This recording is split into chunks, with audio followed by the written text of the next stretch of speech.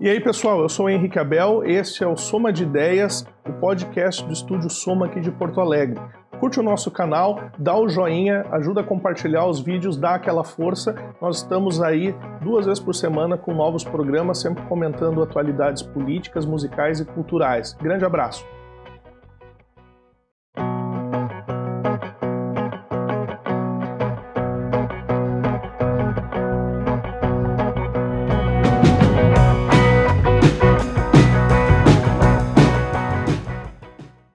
Olá pessoal, bem-vindos a mais um Soma de Ideias. Eu sou André Scheid. Eu sou o Henrique Abel, salvo engano.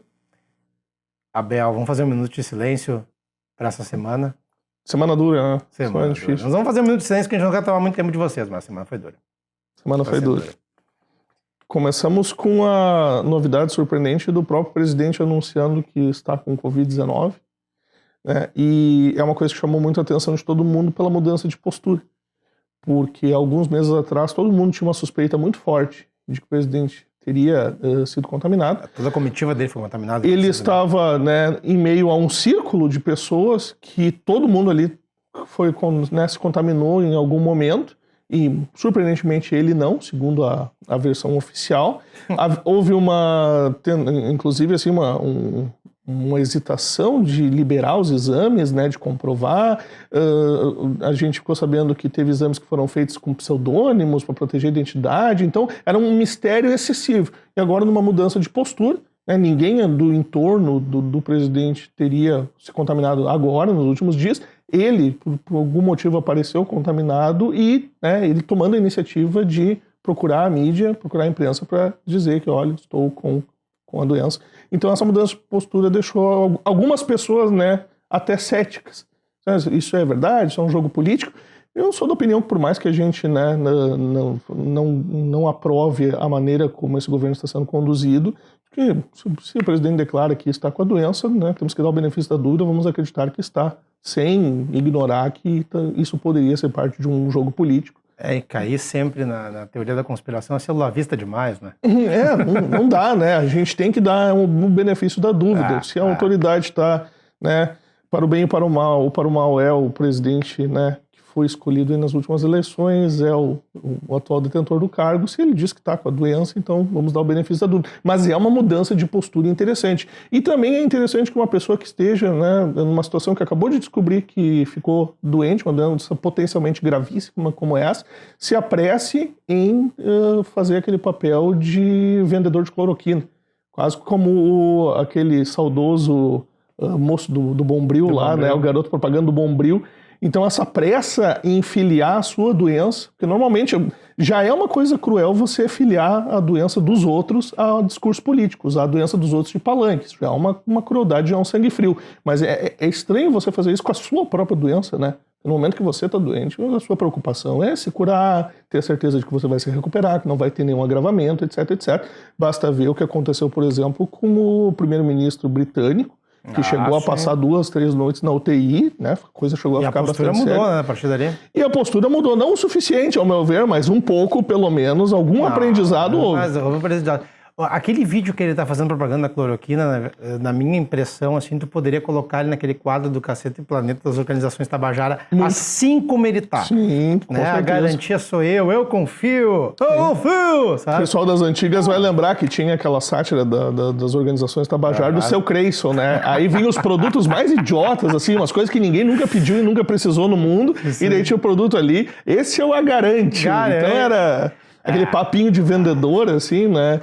E é aquela coisa curiosa de por que insistir tanto em vender uma ideia de que existe um medicamento miraculoso para uma doença que não tem cura, né, e um medicamento que não é endossado pela Organização Mundial da Saúde. Foi comprada matéria-prima da Índia, sei lá, um estoque enorme isso aí, né? Mas uma coisa a gente pode concordar, eu acho, nisso, cara, que o Bolsonaro, paz e amor, terminou, né? Pois é, até a semana passada existia essa ideia de que, em parte, por estar seria acuado... possível domar. Claro. E a gente tem visto isso desde o começo desse governo, né? Essa ideia de que, não, a cadeira vai ajeitar o cara. Daí o cara mostra que não tem jeito. A cadeira queima ele muito. A cadeira vai ajeitar. Não, a cadeira vai ajeitar. Aquela insistência, assim, de, pô, nós já estamos nisso há quase 2 anos. Será que não é a hora de jogar a toalha? Não tem cadeira que ajeite esse sujeito. Nem ele, nem a família, né?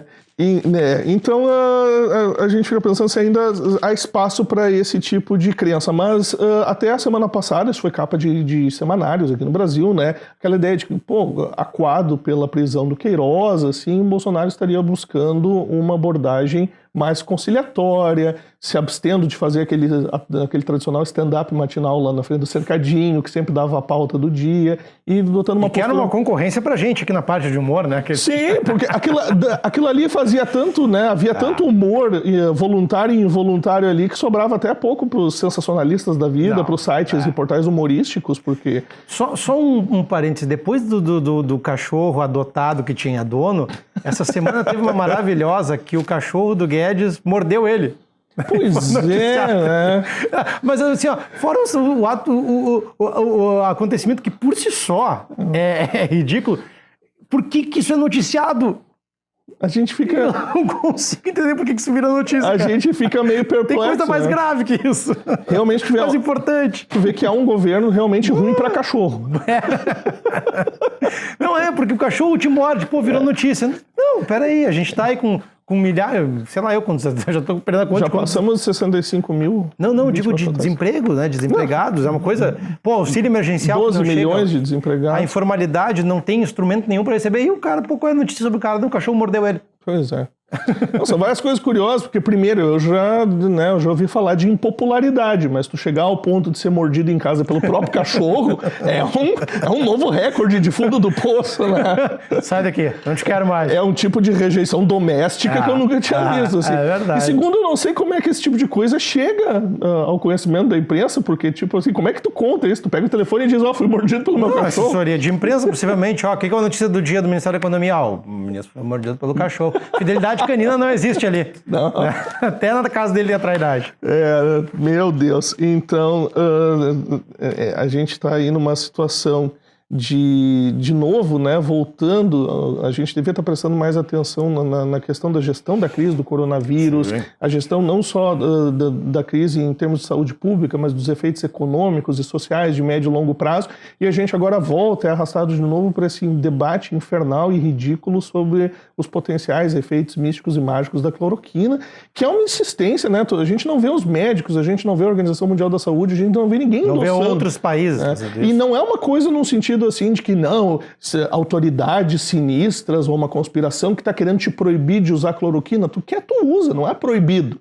Só que não é recomendado porque até agora, com toda essa tonelada de estudos que já se fez de meio ano para cá em cima da Covid-19, não há nenhum indicativo de que ela tem traga qualquer benefício para o tratamento preventivo ou para o combate para quem está contaminado ao vírus. Então é puro obscurantismo, realmente. É charlatanismo. A turma que vem nisso acredita na cloroquina, acredita naquele vermífugo, né? Acredita na reza do Malafaia, acredita naquela negócio que o tal do outro pastor lá vende lá R$1.000 uma semente, não sei a quê. Então ele tem público para esse show. Né? É uma coisa assustadora, porque a gente não esperaria que isso estivesse acontecendo nessa chamada era da informação, assim, né? Todo mundo tem ali um supercomputador no bolso, poderia em tese obter as melhores fontes e se cai nessas coisas. E a gente viu exemplos nos últimos meses, assim, grotescos, em outros países também, eu não me lembro agora onde foi, que teve um líder religioso que falou que as pessoas tinham que tomar água sanitária. E morreu um monte de gente. O presidente dos Estados Unidos. E o Trump chegou eu não assisti o vídeo, eu não sei até que ponto ele endossou isso, se foi expressamente, se ele falou textualmente, mas ele também, né, teve uma passagem... que fosse injetado nas pessoas. Bem, bom, já um pouco, né, vamos curar o vírus com Limpol, tá matando as pessoas. Que boa. Agora eu quero fazer divulgar rapidinho, assim, um assunto que veio essa semana também nos jornais locais aqui de Porto Alegre. Não desmerecendo jamais o profissional, tá? Mas saiu uma notícia que um médico aqui de Canoas, se não me engano, um pediatra, tinha descoberto tratamentos para a Covid-19. Aí eu fiquei pensando o seguinte, um dos tratamentos, na verdade, era a cloroquina, né? Uhum. Aí eu fiquei pensando o seguinte, as maiores mentes da saúde e científicas do mundo estão debruçadas nisso, sem dormir, né? Uhum. Sem dormir, sem encontrar um tratamento realmente eficiente, né, que possa prevenir ou ser ministrado em casa, tal qual foi o Tamiflu na época da H1N1, e eles não encontram. Mas quem encontrou foi um médico de Canoas, né? Sozinho, sei lá, eu no porão na casa dele, e diz, aqui funciona. Não tô desmerecendo o profissional, mas a gente não... É complicado, não, né? Não. É complicado, porque... Tem que ter uma estrutura atrás disso. Só te fazendo um parênteses, de novo, claro. A gente teve aquela situação agora da cura daquele paciente curado com AIDS no Brasil. Sim. Uma coisa maravilhosa, mas tem uma estrutura para aquele sujeito pesquisar gigantesca. Quantos anos de pesquisa, né? Quantos anos, não foi uma coisa... né? E aqui não, gente, não dá para acreditar esse curandeirismo, charlatanismo, como bem disseste, né? E perigosíssimo. Sim. A gente vive numa época em que essas diferentes facetas de charlatanismo, elas estão muito difundidas, né? Charlatanismo econômico, esse modismo dos esquemas, das pirâmides disfarçadas de novos esquemas de investimento e Bitcoin e não sei o quê. Então é um charlatanismo em investimentos, é um charlatanismo... Empreendedores de palco. Essa moda dos empreendedores de palco, dos coaches, não aqui querendo generalizar, porque a gente sabe que tem, né, coaches que são competentes, que têm uma formação e que têm um histórico, que ajudam as pessoas, mas é inegável que surgiu na popularização, nessa moda aí, uma porta aberta para muito vigarista, né? Gente que se transforma, se converte em coach de sexta para domingo, assim. E sem qualquer tipo de estudo, sem qualquer tipo de certificado, seguindo quem? O certificado Decotelli, de currículo, né? Daí o cara bota lá qualquer coisa, entra no site de Oxford, aí bota que teve em Oxford. E a gente vê essa coisa, e é uma coisa que me causa muito espanto, assim, de como é que há esse terreno fértil para picaretagem, né, e para o charlatanismo numa época em que, em tese, as pessoas deveriam estar melhor informadas. Exato. Porque antigamente o que a gente tinha? A gente tinha ali um rádio, uma TVzinha, de vez em quando lia um jornal, uma revista, a gente tinha menos acesso à informação. Em tese, hoje nós deveríamos estar mais imunizados a fake news, a golpes, sabe, historinhas mal contadas do que nunca, do que qualquer outra época da história humana. E de uma maneira contraditória, parece que não é isso, parece que é o contrário, parece que nós nos tornamos mais suscetíveis. Parece que essas novas vias de informação, essas novas mídias, elas trouxeram mais efeitos negativos do que positivos. Humberto Eco disse isso um pouco antes de morrer, né? Que a rede social deu voz aos imbecis. Mas agora eu quero te perguntar uma coisa. A gente tem hoje 30% da população, segundo as últimas pesquisas, vamos jogar assim entre 30% e 20% de apoiadores do presidente, né? Ou seja, ele é a blogueirinha, a digital influencer dessa turma, né? O que a gente pode pensar do momento que ele disse hoje que a sexualidade das pessoas se define pelo uso ou não de máscara, né? Porque disse uma frase hoje que é: máscara é coisa de viado. Pô, peraí, então a minha sexualidade é definida se eu quero me proteger ou não de um vírus que matou 500 mil pessoas. Tem dois problemas aí, né? Primeiro, mas é trágico. Primeiro, de tu associar que uma coisa que é puro bom senso em termos de gestão de uma crise, né? De uma crise de saúde de proporções catastróficas, que isso seria uma coisa de uma pessoa covarde ou sem fibra, né? Sem fibra. E a outra é de você vincular a sexualidade da pessoa com o fato dela ser corajosa ou covarde. E daí que é coisa de viado, do que é coisa de homossexual, ou que é coisa de heterossexual. A pessoa é mais corajosa ou mais covarde, mais ou menos corajosa, mais ou menos covarde por causa da sexualidade dela, da orientação sexual dela. Então é uma sucessão de tropeços de raciocínio onde não se aproveita nada. É uma verbalização que ela não enuncia nenhum fato que encontra, né, que corrobora com a realidade. Então a gente fica perplexo, e isso parte, né, se fosse assim, é um cara ali do canal tal, o jornalista tal, o humorista tal. Não, esse é o supremo mandatário da nação. Que influencia 20% no mínimo da população hoje, diretamente. No mínimo, né? Diretamente. No mínimo. Mas vamos comentar um pouquinho mais dessa pauta aqui, porque passa rápido, né? Passa rápido. Nós tivemos aí na esteira desse anúncio da doença do Bolsonaro toda uma polêmica sobre o que as pessoas esperam que aconteça de agora em diante. E, né, subiu no Twitter aí a tag ali, vai corona, torcendo pro vírus, variantes nesse sentido, fazendo uma piada, uma linha assim tênue entre a piada ou um desejo autêntico de que aconteça uma desgraça, para o presidente, e que gerou toda uma polêmica de não, mas só um pouquinho, uma coisa é você ser contra o governo, outra coisa é você não aprovar a maneira como o governo está conduzindo, ou ter uma profunda reprovação moral da figura do Bolsonaro por todo o histórico de absurdos que ele diz e das posturas absurdas dele. Outra coisa é você chegar no ponto de ficar fazendo fezinha para que o cara bata as botas, né? Então, aonde está o limite disso? Não, mas o limite, isso não concordo também com essa postura.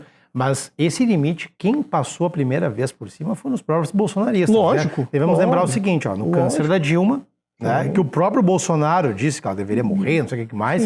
Que esperava que ela morresse de câncer ou infartada. Isso é uma frase. No câncer do Lula, dele.